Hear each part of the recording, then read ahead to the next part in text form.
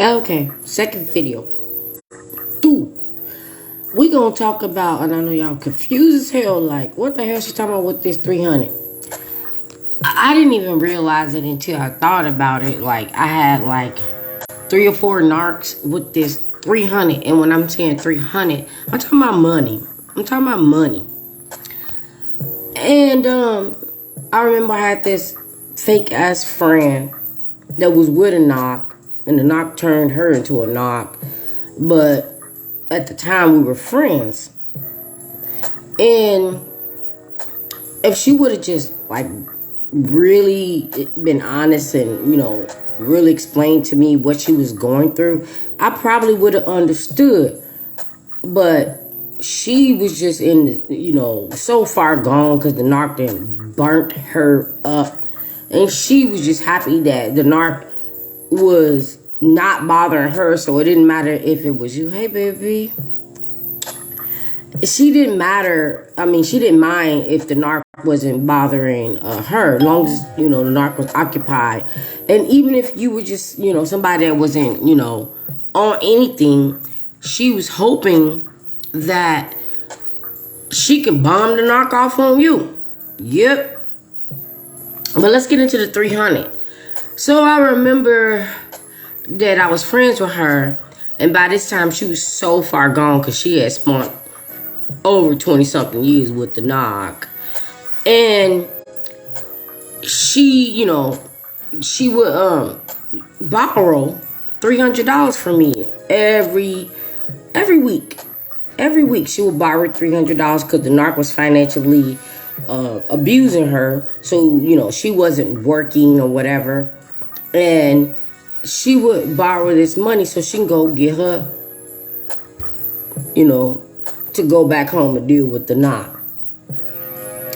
And although that wasn't nothing that I was on, and she'd be like, oh, be a friend, be a friend, be a friend, let me borrow $300. And it was like, damn, by the time I kept borrowing her $300 every week, it was adding up into the thousands. But she would pay it back, but sometimes she would try to pay it back because the narc was financially abusing her, where she didn't have cash. But she had credit cards or whatever, and she'll be like, oh, I can buy this or I can pay for that, to try to give me back my money through something other than the cash. But I didn't need any of that type of help. I just needed my money back. So it got to the point where she just kept going. Be a friend, whatever, and let me borrow $300 or whatever. So when the S hit the fan, where she got to the point she was done with the knock, she was done with the knock or whatever, and now she was like attacking me, which I was the friend that was always there for her. Like I said, if she had told me what she was dealing with, I would have been on her side. But what she decided to do, like, oh, I can kill 2 birds with 1 stone. I can get $300 and, keep getting high and doing what I do, and, bum you off on the narc, or bum the narc off on you or whatever, and then, lied and whatever, to the point where the narc had to pay me back. So that's what made the narc look good. Like, oh, the narc had to pay me back, and the narc, kept up to the payback or whatever, and then they had to go through their thing. And I'm just thinking, like, why in the hell because that's what narcs do. Why in the hell would you turn on me when I was your friend, even though I didn't agree with what you were doing, but you just turned on me and you're lying, and her narc had to pay me back. Okay, so her narc had to pay me back, and it was always 300. I remember this roly-poly narc used to be like, oh, because I wanted to buy furniture. I remember I wanted to buy furniture for my house, but this, roly-poly narc was like, I could furnish this whole house with $300. But that narc had a gambling addiction, and was like, give me $300. I'm like, okay, cool. If you can do it better than me, go ahead. But never bought anything because that narc had to feed its addiction to gambling. Just like the first narc had to feed their addiction to drugs. I don't know what the hell it is with narcs with $300. So when I ended up with the worst narc of the worst that, was doing their thing and they wanted to go out and cheat, it cost them $300. And I'm just thinking like, I thought 666 was the seal of the devil, but it was something with $300 with these knocks.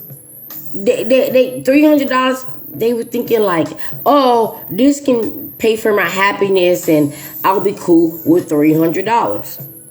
Okay, and the $300, the $300 would just dig them deeper and deeper into a damn hole. But I was just like, what the hell is with $300? Because they always try to make you think that they can do something better than you. And, or that if you do something for them, who would I got right here? Alright, I'm watching. Anyway, so they would think that they could do something better than you, and they'll trick you into giving them money or whatever, and they have no intentions, none, no attentions ever. I don't even know what the hell that is, but we're gonna keep going and I'll deal with it later. To do anything positive with what they're asking you for. So you'll just be like, okay. Because sometimes they'll do something little for you. And you'll be like, okay, well, you was a friend to me or, whatever. And so you're like, and they'll guilt. There we go. Fire. They will guilt you. Like I said, be a friend. They will guilt you into, doing whatever it is that they want from you. They'll guilt you like, just be a friend, blah, blah, blah. And you'll just be like, oh, okay. But you're thinking like, I don't even pay my bills every week, $300. And you want me to keep giving you $300. I remember... I remember that, when I used to go record my music and whatever, and I love my producer. So everybody knew Conita can cook. So I would be cooking all these meals and whatever, and the narc would pretend like, oh, give me $300, I'm gonna do this or whatever. But the narc would be like, and then I'm gonna go to the studio, and I'm like, oh, give my favorite producer, I made this meal, give it to him. And I would always, go and do my recordings, and I'd be like, did you like the spaghetti? Did you like the pot roast? Did you like the tacos? And my producer would be looking at me like, what the hell are you talking about? I get that. See, that's 333. I'm going to call it 666. And I would be like, oh, Narc said that they was coming to record, so I was looking out for you to make sure that you got a good meal or whatever. And the producer was like, I ain't never get that. I ain't never see that. I ain't never eat that. They would do these things where they're asking for money, they're asking for favors, and the whole entire time, it's not what they're saying they're going to do with it. What the hell is this? Yeah. I do not speak your language, which I think you're pretty much trying to be funny. This may be a narc. But before I call you a narc, I'm gonna dissect this at the end of the video. I am. Because if you can understand the words that is coming out of my mouth like Chris damn Tucker, then you can spell and write the words in the language that's coming out my damn mouth so I can understand what the hell you're talking about. You see how they be? No sweat off my back. No sweat off my back. You got to go back and watch my video where I talked about God had the first narc. We thought we had a narc, but God had the first narc. And we just dealing with the aftermath. I was just saying, like, they come out the woodworks. And like I said in the first video, God don't send nothing. He sends nothing that you cannot handle. Because he know what you're capable of. And when he sends, or he doesn't send, when he allows, let me take that back, God forgive me. When he allows a narc to come into your life, or toxic people, he knows that you can handle this.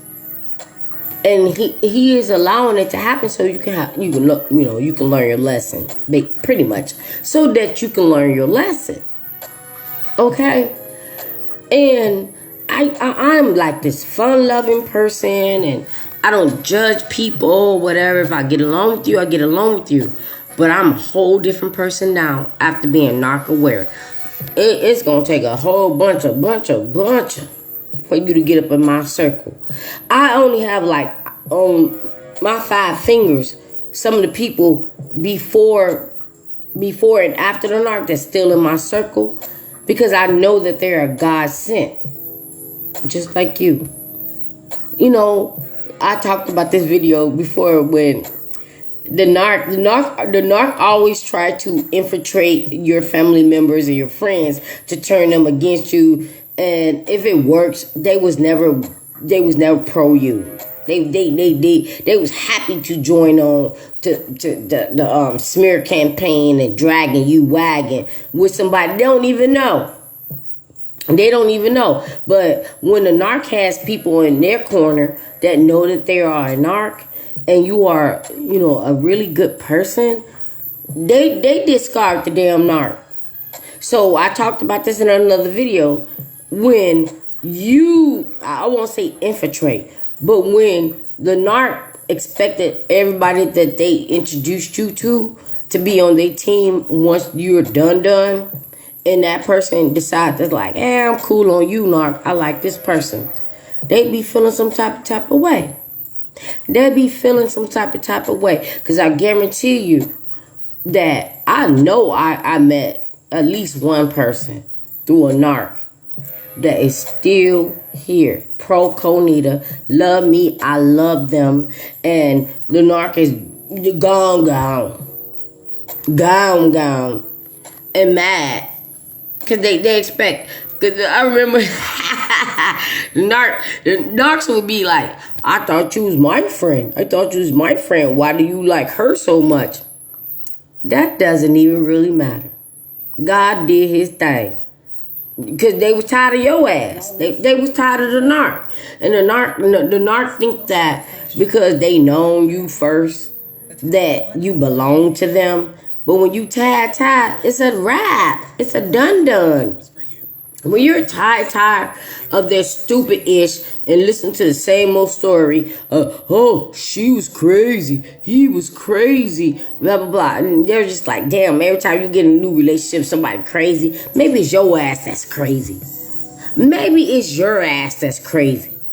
Because the person that I met was a really good person. And they treated you better than they should have. But the narc would do that. The narc would do that and try to act like that everybody that didn't work for them because they was narking and that person got tied and done. Just like God got done with the devil. Booted. God booted the devil out of heaven. You booted the narc out your life. And now they want to go around and smear a campaign and tell everybody it was you. After so long, it doesn't work no more. It's like, your ass got a flat ass tire. You can't just keep fix a flat in the damn tire and expect it to keep on rolling down the river. No, not done. Hell no. They expect their tricks to keep working over and over again. And they don't even change the playbook. They like the world. What shit? Today was the Super Bowl. They would be like the worst football players that keep using the same playbook that every time they play a team, they already know what they're gonna do and expect to win. Ha! Ha! I knew the Chiefs was gonna take it out. Yep, I did. And I am not a football fan, but I got my thing with my babies, my second and third graders with the sport thing. So, I ain't gonna say I'm not, all, non-sports. I am just a soccer mom or a soccer teacher that sports only means something with my babies and somebody and these kids that are close to me. Because I don't give a damn whether it was the Chief or Philadelphia. It doesn't even really matter. They ain't putting nothing in my pocket. Nor are they making me proud. Okay? My babies do. But yeah, we probably got a clown ass in the house. We really probably do. It's probably the one of the flying monkeys with a new profile coming up in here because the narc gotta go to sleep. But let me say this real quick.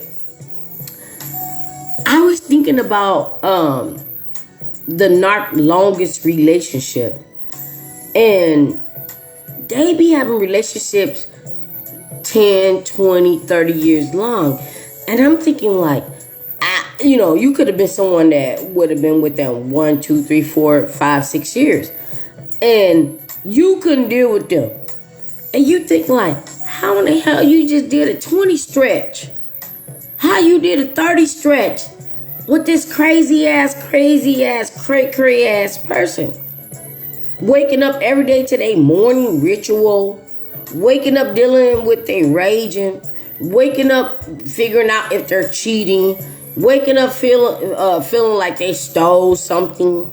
It's like, how in the hell you did that?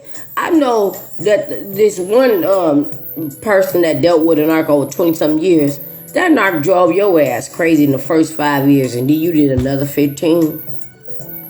Then you did another 15, and then you let this narc taint your kids. Not the one you had with the narc, but the other kids that they thought your ass was crazy. Because you, like I said, when you deal with a narc, you probably got to go smoke you a doobie, drink you a fifth of Hennessy, do whatever it is you have to do because you're trying to cope with being with the narc.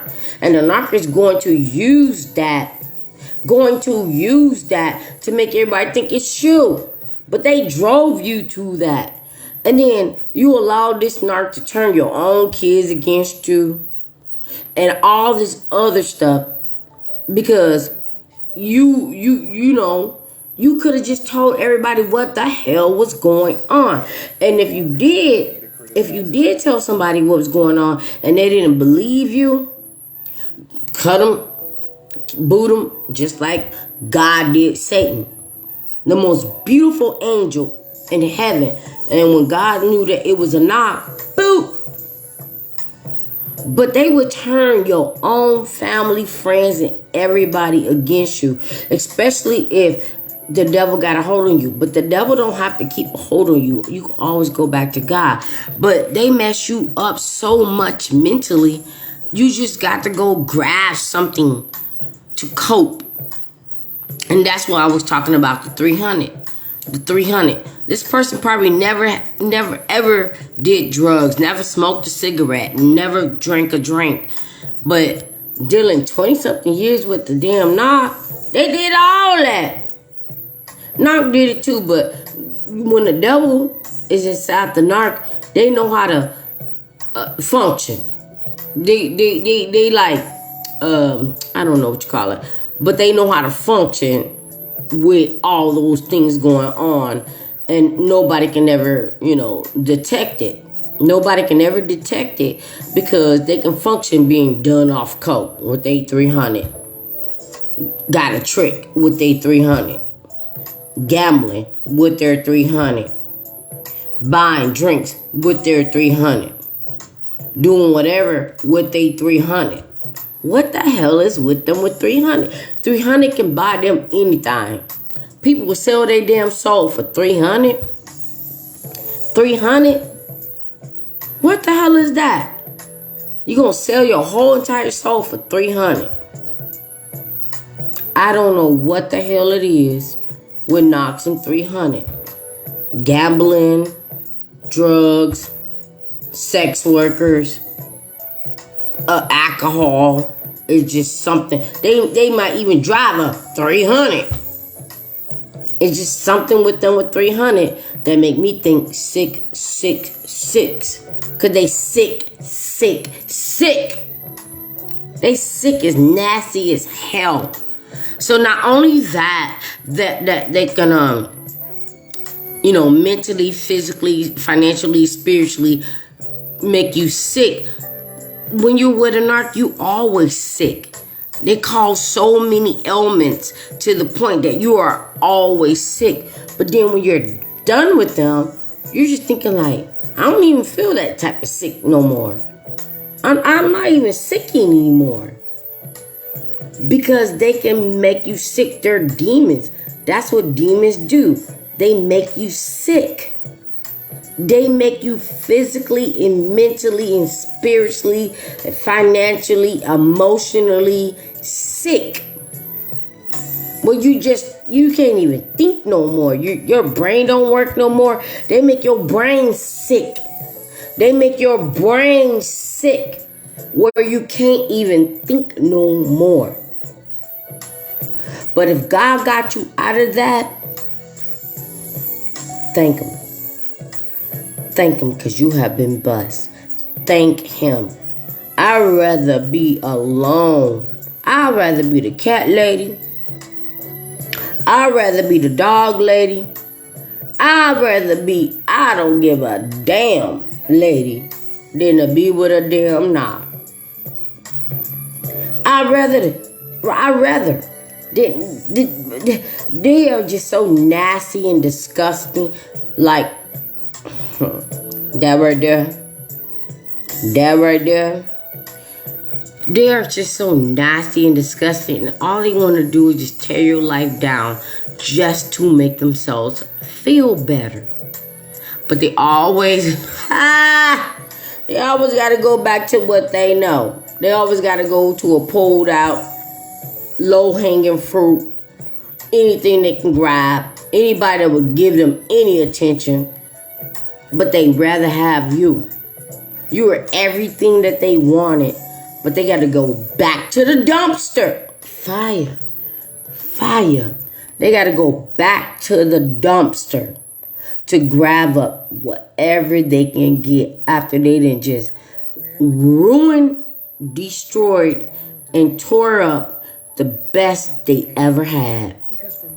The best they ever had. So I do thank God for some of the people that I met that is still in my life because of the narc.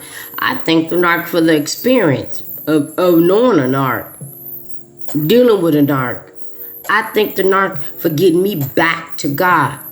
I thank the narc for so many things. They ain't never going to thank you for what you brought to them because you were sent to save them. But they want to cling on to the devil. They didn't want to go to the light. They didn't want to go to the light. And you felt sorry for them and you were trying to help them. But they tried to drag you to the darkness of the pits of the hell. And you were just trying to bring them to the light. And you just had to let their ass go. It's like you caught a fish and you're reeling it in, and it's like tough. You think you got a fish, but it's a shark. So eventually you just let it go. Back to the darkness. The lower you go in the ocean, the darker it gets. You trying to bring them up to the light. But the fish was fighting. It wanted to go back to the darkness. That's a knock. That's a knock. So, I hope I made sense. Because they love 300. It's just something about 300. Y'all gonna sell y'all souls for 300? 300? All, alcohol, gambling, drugs, I can see that. But to sell your soul for sex for 300? Was it worth it? They cause disease. They cause disease. Even if they're not having sex with you, they cause disease. Mental disease, physical disease, financial disease. They disease your soul. That's gonna cost more than 300. With that being said, God bless. I love you. Look at KJ. Look at KJ. Hey, I dropped my phone today and I was feeling some type of way. I got insurance on my phone and I'm looking at myself with cracks all over my face. I'm all cracked up I'm mad as hell. I'm mad as hell because it wasn't worth what I was doing to drop my phone. So now I gotta get a new phone. But God is good. I was still able to use it to bring you this video. I just love you, cookie cake. You my cookie cake. I just love you. God bless. See y'all on the next one.